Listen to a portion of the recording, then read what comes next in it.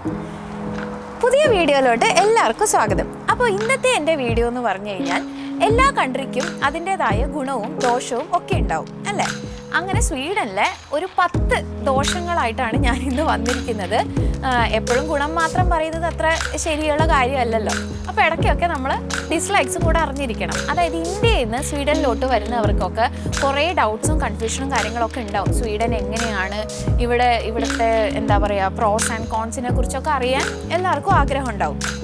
അപ്പോൾ ഞാനിന്ന് അതിനെക്കുറിച്ച് പറയാം. അപ്പോൾ ഫസ്റ്റ് ഞാൻ അധികം നീട്ടുന്നില്ല, പെട്ടെന്ന് തന്നെ ടോപ്പിക്കിലോട്ട് അടക്കാം. ഫസ്റ്റത്തെ ഒരു നെഗറ്റീവായിട്ട് എനിക്ക് പേഴ്സണലി തോന്നിയതാണ് ഇവിടുത്തെ ലാംഗ്വേജ്. അതായത് ഇവിടെ ലാംഗ്വേജിന് ഭയങ്കര ഇമ്പോർട്ടൻസ് കൊടുക്കുന്ന ഒരു കൺട്രിയാണ്. അതായത് സ്വീഡനിലെ ലാംഗ്വേജ് സ്വീഡിഷാണ്. സ്വീഡിഷ് ലാംഗ്വേജിലാണ് ഇവർ മോസ്റ്റ്ലി എല്ലായിടത്തും യൂസ് ചെയ്യുന്നത്. ഈവൻ സൈൻ ബോർഡ്സിലായാലും ഷോപ്സിലായാലും എല്ലാ കാര്യങ്ങളിലും ഇവർ സ്വീഡിഷാണ് യൂസ് ചെയ്യുന്നത്. അതായത് നമുക്ക് എല്ലാം ട്രാൻസ്ലേറ്റ് ചെയ്തിട്ട് നോക്കേണ്ട ആവശ്യം വരും. ഇംഗ്ലീഷിൽ എഴുതുന്നത് വളരെ റെയറാണ്. സാധാരണ നമ്മുടെ ഇന്ത്യയിലാണെങ്കിൽ പോലും സൈൻ ബോർഡ്സും കാര്യങ്ങളും എല്ലാം ഇംഗ്ലീഷിലാണ് മോസ്റ്റ്ലി എഴുതാറ്, അതായത് എല്ലാവർക്കും മനസ്സിലാവുന്ന രീതിയിൽ. പക്ഷേ സ്വീഡനിൽ അങ്ങനെയൊന്നുമില്ല. എല്ലാ ബോർഡ്സും എല്ലാം സ്വീഡിഷിലായിരിക്കും. ഷോപ്സിലെ ഐറ്റംസ് എഴുതുന്നതായിക്കോട്ടെ, ഈവൻ നമുക്ക് ഒരു നോട്ടിഫിക്കേഷൻ വരികയാണ്, എന്തെങ്കിലും ഒരു പോസ്റ്റ് വഴി എന്തെങ്കിലും ഒരു നോട്ടിഫിക്കേഷൻ വരികയാണ്, സ്കാറ്റർ വർക്കറ്റ് അല്ലെങ്കിൽ മൈഗ്രേഷൻസ് വർക്കറ്റിനൊക്കെ എന്തെങ്കിലുമൊക്കെ നോട്ടിഫിക്കേഷൻസ് വരികയാണെങ്കിൽ അത് എല്ലാം സ്വീഡിഷിലായിരിക്കും. നമ്മളത് ട്രാൻസ്ലേറ്റ് ചെയ്ത് നോക്കേണ്ടതായിട്ടുണ്ട്. നമുക്കൊന്നും ഇംഗ്ലീഷിലായിട്ട് ഉണ്ടാവില്ല. പിന്നെ ഈ ലാംഗ്വേജ് ഈവൻ ജോബ്സിൽ പോലും കേട്ടോ, പല ജോബ്സിലും സ്വീഡിഷ് ഇമ്പോർട്ടൻ്റ് ആണ്. ലാംഗ്വേജ് മസ്റ്റായിട്ട് ഇമ്പോർട്ടൻ്റ് ആണ്. അതുപോലെ തന്നെ സ്കൂളുകളിലും മോസ്റ്റ്ലി ഇവർ സ്വീഡിഷാണ് പഠിപ്പിക്കുന്നത്. അപ്പോൾ നമ്മൾ പാരൻസ്, ഇപ്പോൾ കുട്ടികളൊക്കെ സ്കൂളിൽ സ്വീഡിഷ് പഠിക്കുന്ന സമയത്ത് പാരൻസിനും സ്വീഡിഷ് പഠിക്കേണ്ടതായിട്ട് ആവശ്യം വരും. കാരണം അവരുമായിട്ട് കമ്മ്യൂണിക്കേറ്റ് ചെയ്യണമെങ്കിൽ നമുക്ക് സ്വീഡിഷ് പഠിക്കേണ്ടതായിട്ട് നമ്മൾ നിർബന്ധിതരാവുകയാണ്. അപ്പോൾ അതാണ് ഒന്നാമത്തെ ഒരു നെഗറ്റീവായിട്ട് എനിക്ക് തോന്നിയത്. ഇനി രണ്ടാമത്തേത് ആസ് യൂഷ്വൽ ക്ലൈമറ്റ് തന്നെ. ഇവിടുത്തെ ക്ലൈമറ്റ് എന്ന് പറയുന്നത് അൺപ്രഡിക്റ്റബിൾ ആണ്. ഇന്ന് ചിലപ്പോൾ മഴയാണെങ്കിൽ നാളെ സ്നോ ആയിരിക്കും, മറ്റന്നാൾ വെയിലായിരിക്കും. അങ്ങനെയൊക്കെയാണ് ഇവിടുത്തെ ക്ലൈമറ്റ്. Mainly winter. ഇപ്പോൾ സ്പ്രിങ് ആണ് ആക്ച്വലി. ഇതാ കണ്ടോ, ഇവിടെ ചെറിയ ലൈറ്റ് ഒരു സ്നോഫാളൊക്കെ ഉണ്ട് ഇപ്പോൾ നമുക്ക് പ്രെഡിക്റ്റ് ചെയ്യാൻ പറ്റില്ല എന്താണ് ഇവിടുത്തെ ക്ലൈമറ്റ് എന്നുള്ളത്. ഇപ്പോൾ ഈ വിൻ്റർ സമയത്താണ് മെയിൻലി ഭയങ്കര ബുദ്ധിമുട്ട് കേട്ടോ. അതായത് 2:30-ക്കൊക്കെയാണ് ഇവിടെ സൺസെറ്റ്.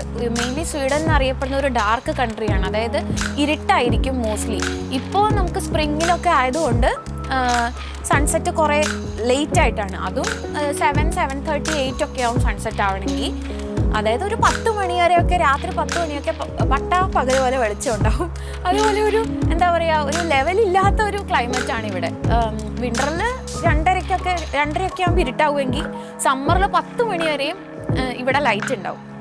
അങ്ങനത്തെ ഒരു ക്ലൈമറ്റാണ് സ്വീഡനിൽ. അപ്പോൾ എല്ലാവർക്കും അത് പറ്റണമെന്നില്ല, ഭയങ്കര തണുപ്പാണ്. അപ്പോൾ അതും ഒരു നെഗറ്റീവായിട്ടാണ് എനിക്ക് തോന്നിയത്. ഇനി മൂന്നാമത്തെ നെഗറ്റീവ് എന്ന് പറയുന്നത് അക്കോമഡേഷനാണ്. അതായത് സ്വീഡനിൽ അക്കോമഡേഷൻ കണ്ടുപിടിക്കുക എന്നുള്ളത് വളരെ ബുദ്ധിമുട്ടുള്ളൊരു കാര്യമാണ്. പെട്ടെന്നൊന്നും ഇവിടെ അങ്ങനെ, അതായത് ഇപ്പോൾ ഇന്ത്യയിൽ നിന്നൊക്കെ വരുന്ന ഒരാൾക്കാരാണെങ്കിൽ പെട്ടെന്നൊക്കെ നമുക്ക് അക്കോമഡേഷൻ കിട്ടുക എന്നുള്ളത് ഭയങ്കര ബുദ്ധിമുട്ടായിട്ടുള്ളൊരു കാര്യമാണ്. അതായത് ഡയറക്റ്റ് ജോലി ആയിട്ട് ഇന്ത്യയിൽ നിന്ന് ഡയറക്റ്റ് ജോലി, അതായത് ഓൺ സൈറ്റ് ഒന്നും അല്ലാതെ വരുന്നവർക്കാണെങ്കിൽ കുറച്ചധികം ബുദ്ധിമുട്ടായിരിക്കും, കാരണം അക്കോമഡേഷൻ കണ്ടുപിടിക്കാൻ. പക്ഷേ ഓൺ സൈറ്റ് ആയിട്ട് വരുന്ന അങ്ങനെയൊക്കെ ഉണ്ടെങ്കിൽ, അതായത് കമ്പനി അറേഞ്ച് ചെയ്യുന്ന കമ്പനീസ് ഉണ്ട്, അതായത് അക്കോമഡേഷൻ അറേഞ്ച് ചെയ്ത് കൊടുക്കുന്ന കമ്പനീസ് ഉണ്ട്.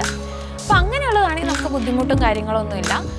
ഞങ്ങൾക്കും ഇവിടെ കമ്പനി അറേഞ്ച് ചെയ്തതുകൊണ്ട് ഞങ്ങൾക്ക് വേറെ ബുദ്ധിമുട്ടും കാര്യങ്ങളൊന്നും അക്കോമഡേഷൻ ഉണ്ടായിട്ടില്ല. പക്ഷേ പേഴ്സണലി ഒരുപാട് പേര് പറയുന്നത് കേട്ടിട്ടുണ്ട്. കാരണം ഇവിടെ ഓൺലൈൻ ഏജൻസി വഴിയാണ് അക്കോമഡേഷൻസും കാര്യങ്ങളൊക്കെ ബുക്ക് ചെയ്യുന്നത്. അത് ഓഫ്ലൈൻ ഏജൻസീസ് ഇല്ല.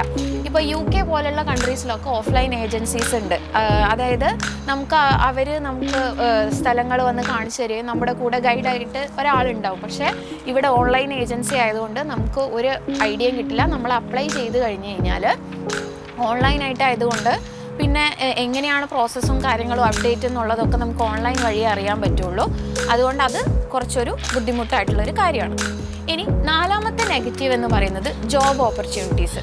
സ്വീഡനിൽ ജോബ് ഓപ്പർച്യൂണിറ്റീസ് കമ്പാരിറ്റീവ്ലി കുറവാണ്. അത്രയധികം ജോബ് ഓപ്പർച്യൂണിറ്റീസ് ഇല്ല. ഞാൻ മോസ്റ്റ്ലി ആദ്യം പറഞ്ഞ പോലെ തന്നെ ലാംഗ്വേജ് ഒരു ബാരിയർ ആയിട്ടാണ് വരുന്നത്. കാരണം സ്വീഡിഷ് അറിഞ്ഞിരിക്കണം. അപ്പോൾ ഇപ്പോൾ പാർട്ട് ടൈമായിട്ട് സ്റ്റുഡൻസിനൊക്കെ വരുന്നുണ്ടെങ്കിൽ പോലും പാർട്ട് ടൈമായിട്ട് ജോലി കിട്ടാനൊക്കെ ബുദ്ധിമുട്ടുണ്ടെന്നാണ് കേട്ടിട്ടുള്ളത്. പക്ഷേ അതൊരു നെഗറ്റീവാണ്. എന്നാലും കിട്ടില്ല എന്നല്ല ഞാൻ പറഞ്ഞത്, മോസ്റ്റ്ലി കിട്ടാൻ ഇച്ചിരി ബുദ്ധിമുട്ടാണ്. ഇപ്പോൾ ഡിപ്പെൻഡൻ്റ് ആയിട്ട് വരുന്നവർക്കാണെങ്കിൽ പോലും ജോലി കിട്ടാൻ കുറച്ച് ബുദ്ധിമുട്ടാണ്. സ്വീഡിഷ് അറിഞ്ഞിരിക്കണം. IT ഇൻഡസ്ട്രി ഒക്കെ ആണെങ്കിൽ ഓക്കെ, സ്വീഡിഷ് അത്ര ഇമ്പോർട്ടൻ്റ് അല്ലെങ്കിൽ പോലും അതർ ദാൻ IT ഫീൽഡ് ഇച്ചിരി ബുദ്ധിമുട്ടാണ്. ഇനി 5ാമത്തെ നെഗറ്റീവായിട്ട് പറയാനുള്ളത്, സ്വീഡൻ ഭയങ്കര എക്സ്പെൻസീവ് ആയിട്ടുള്ളൊരു കൺട്രിയാണ്. അതായത് ഇപ്പോൾ നമുക്ക് ഇന്ത്യയിൽ നിന്ന് ഇങ്ങോട്ടേക്ക് വരുമ്പോൾ ഫസ്റ്റൊക്കെ നമ്മൾ കൺവേർട്ടൊക്കെ ചെയ്ത് നോക്കുമായിരിക്കും. പക്ഷേ പിന്നെ അത് ചെയ്തിട്ട് കാര്യമില്ല. കാരണം നമ്മളിവിടെയാണ് ജീവിക്കുന്നതെങ്കിൽ നമ്മൾ ഇവിടുത്തെ ബില്ല് പേ ചെയ്യാൻ ബാധ്യസ്ഥരാണ്. ഇപ്പോൾ കൺവേർട്ട് ചെയ്ത് നോക്കുകയാണെങ്കിൽ ഇന്ത്യത്തെ റേറ്റും ഇവിടെ ആയിട്ട് ഭയങ്കര വ്യത്യാസമുണ്ട്. ഫോർ എക്സാമ്പിൾ ഞാനിപ്പോൾ പറയുകയാണെങ്കിൽ ഇവിടെ തക്കാളിക്ക് നമ്മൾ കൺവേർട്ട് ചെയ്ത് നോക്കുകയാണെങ്കിൽ നാട്ടിലെ ഒരു കിലോ ഒരു 450-500 രൂപയൊക്കെയാണ് വരിക. അത്രയും റേറ്റ് മാറ്റമുണ്ട്. അതുകൂടാതെ തന്നെ മുടി വെട്ടാനും കാര്യങ്ങൾക്കൊക്കെ ഇവിടെ ഭയങ്കര കത്തി റേറ്റാണ്. നിങ്ങൾ ഞെട്ടിപ്പോവും. അപ്പോൾ പിന്നെ ക്ലോത്ത്സിനും കാര്യങ്ങൾക്കും ഒക്കെ ആയിക്കോട്ടെ, അതും എക്സ്പെൻസീവാണ്. മോസ്റ്റ്ലി നാട്ടിൽ നിന്ന് ഡ്രസ്സ് കൊണ്ടുവരുന്ന ആൾക്കാരാണ് കേട്ടോ. മോസ്റ്റ്ലി ഇന്ത്യൻസ് നാട്ടിൽ നിന്ന് കൊണ്ടുവരുന്നതായിരിക്കും ബെറ്ററും. കാരണം ഇവിടെ ക്ലോത്ത്സ് അത്യാവശ്യം എക്സ്പെൻസീവാണ്. പിന്നെ H&M ഒക്കെ നമുക്ക് കുറച്ച് അഫോർഡബിൾ ആയിട്ടുള്ള ഒരു റേറ്റ്സിൽ ഉണ്ട്. ഇനി 6ാമത്തെ നെഗറ്റീവ് എന്ന് പറഞ്ഞു കഴിഞ്ഞാൽ, സ്വീഡനിൽ നൈറ്റ് ലൈഫ് വളരെ കുറവാണ്. അധികം അങ്ങനെ നൈറ്റ് ലൈഫ് ഒന്നുമുള്ള കൺട്രി അല്ല സ്വീഡൻ.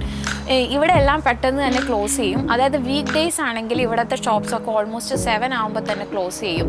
പിന്നെ വീക്കെൻഡ് ആണെങ്കിൽ പിന്നെ പറയേ വേണ്ട. സാധാരണ നമ്മുടെ നാട്ടിലൊക്കെ വീക്കെൻഡ്സിലാണ് പുറത്തിറങ്ങുകയും കാര്യങ്ങളൊക്കെ ചെയ്യാൻ നമ്മളൊന്ന് എൻജോയ് ചെയ്യണമെങ്കിൽ. പക്ഷേ ഇവിടെ അത് പറ്റില്ല.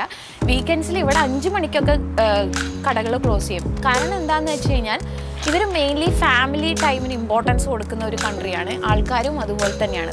ഭയങ്കര എന്താ പറയുക, ഫാമിലി അതിന് ഇമ്പോർട്ടൻസ് കൂടുതലും ഇവരുടെ ടൈം ഫാമിലിയിലോട്ടാണ് സ്പെൻഡ് ചെയ്യുന്നത്. അപ്പോൾ ഷോപ്സും കാര്യങ്ങളൊക്കെ ഇവർ പെട്ടെന്ന് ക്ലോസ് ചെയ്തിട്ട് എത്രയും പെട്ടെന്ന് ഫാമിലിയുടെ കൂടെ ടൈം സ്പെൻഡ് ചെയ്യാൻ ആഗ്രഹിക്കുന്നവരാണ്. ഇനി 7ാമത്തെ നെഗറ്റീവ് എന്ന് പറഞ്ഞു കഴിഞ്ഞാൽ, ഇവിടെ എല്ലാത്തിനും ക്യൂ ആണ്. അതൊരു നല്ല കാര്യമാണ്. ആക്ച്വലി ക്യൂ മെയിൻറ്റെയിൻ ചെയ്യുന്നത് ഒരു നല്ല കാര്യമാണ്. പക്ഷേ അതിൻ്റെ നെഗറ്റീവായിട്ട് എനിക്ക് പറയാനുള്ളത്, ഇവിടെ എന്ത് കാര്യം, ഇപ്പോൾ നമ്മളൊരു ബാങ്ക് അക്കൗണ്ട് എടുക്കാനായിക്കോട്ടെ അല്ലെങ്കിൽ എന്ത് കാര്യങ്ങളായിക്കോട്ടെ നമ്മൾ ക്യൂവിലായിരിക്കും. അപ്പം ഇപ്പം നമുക്ക് നാട്ടിലൊക്കെ ആണെങ്കിൽ ഇൻ കേസ് ശുപാർശ കൊണ്ടൊക്കെ ചിലപ്പോൾ കാര്യങ്ങളൊക്കെ പെട്ടെന്ന് നടത്താനും കുറച്ച് ഇൻഫ്ലുവൻസും കാര്യങ്ങളൊക്കെ ഉണ്ടെങ്കിൽ നടത്താൻ പറ്റും. ഇവിടെ അങ്ങനത്തെ ഒന്നും നടക്കില്ല. നമ്മൾ അപ്ലൈ ചെയ്ത് നമ്മൾ ക്യൂവിലാണ്. എല്ലാവരുടേതും കഴിഞ്ഞിട്ടാണ്. ചിലപ്പോൾ 2 മാസം 3 മാസം 4 മാസം ഒക്കെ എടുക്കാം. മൈഗ്രേഷൻസ് വർക്കറ്റിലായിക്കോട്ടെ, നമ്മൾ എന്തെങ്കിലും ഒരു വിസയുടെ അപ്ലിക്കേഷൻ അല്ലെങ്കിൽ എന്തെങ്കിലും ഒരു പ്രോസസ്സിന് നമ്മൾ വെയിറ്റ് ചെയ്യണം. വെയിറ്റ് ചെയ്തേ മതിയാവും. നമുക്ക് ഒരു തരത്തിലുള്ള ഇൻഫ്ലുവൻസും കാര്യങ്ങളും കൊണ്ട് ഇവിടെ ഒന്നും നടക്കാൻ പറ്റില്ല. എല്ലാത്തിനും ക്യൂ ആണ്. എന്തിനും ബസ്സിൽ കയറാനും എല്ലാത്തിനും നമ്മൾ ക്ഷമിച്ച് പേഷ്യൻ്റായി ക്യൂവിൽ നിന്നിട്ട് മാത്രമേ കാര്യങ്ങൾ ഇവിടെ നടത്താൻ പറ്റുള്ളൂ.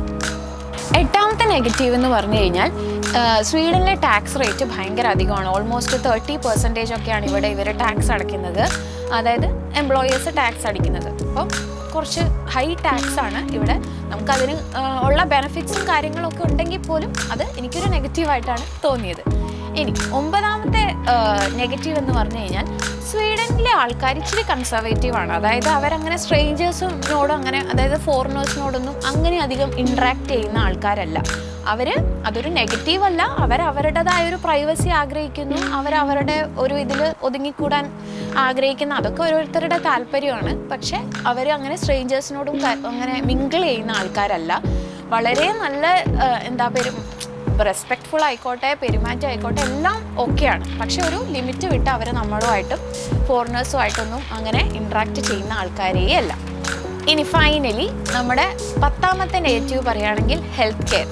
ഇവിടുത്തെ ഹെൽത്ത് കെയറും കാര്യങ്ങളും എന്നൊക്കെ പറഞ്ഞു കഴിഞ്ഞാൽ ഇവിടുത്തെ ക്വാളിറ്റി വളരെ നല്ലതാണ്. അതായത് നമുക്ക് എന്ത് അസുഖങ്ങൾക്കായിക്കോട്ടെ പെട്ടെന്ന് ക്യൂർ ആവാനും ഒക്കെ നല്ലതാണ്. പക്ഷേ ഇവിടെ നമുക്കൊരു അപ്പോയിൻമെൻറ്റ് കിട്ടണമെങ്കിൽ ഭയങ്കര ബുദ്ധിമുട്ടാണ്.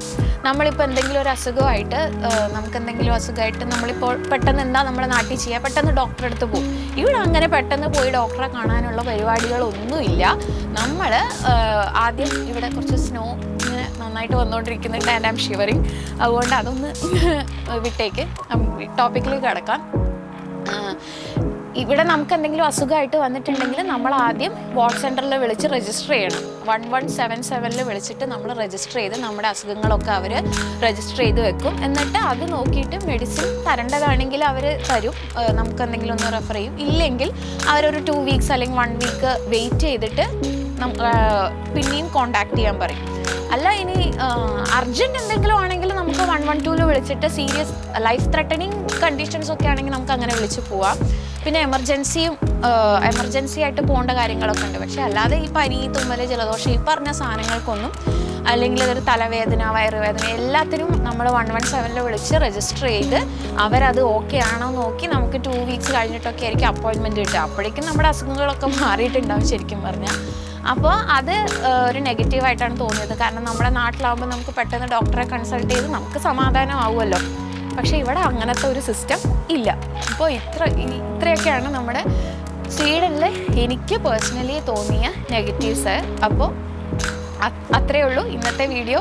ഞാൻ നിർത്തുകയാണ്, കാരണം നല്ല തണുപ്പുണ്ട്, സ്നോയും ചെറുതായിട്ട് പൊടിഞ്ഞുകൊണ്ടിരിക്കുന്നുണ്ട്.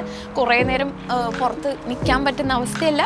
അപ്പോൾ ഇത്രയേ ഉള്ളൂ. ടാറ്റാ, അടുത്ത വീഡിയോയിൽ കാണാം. ബൈ.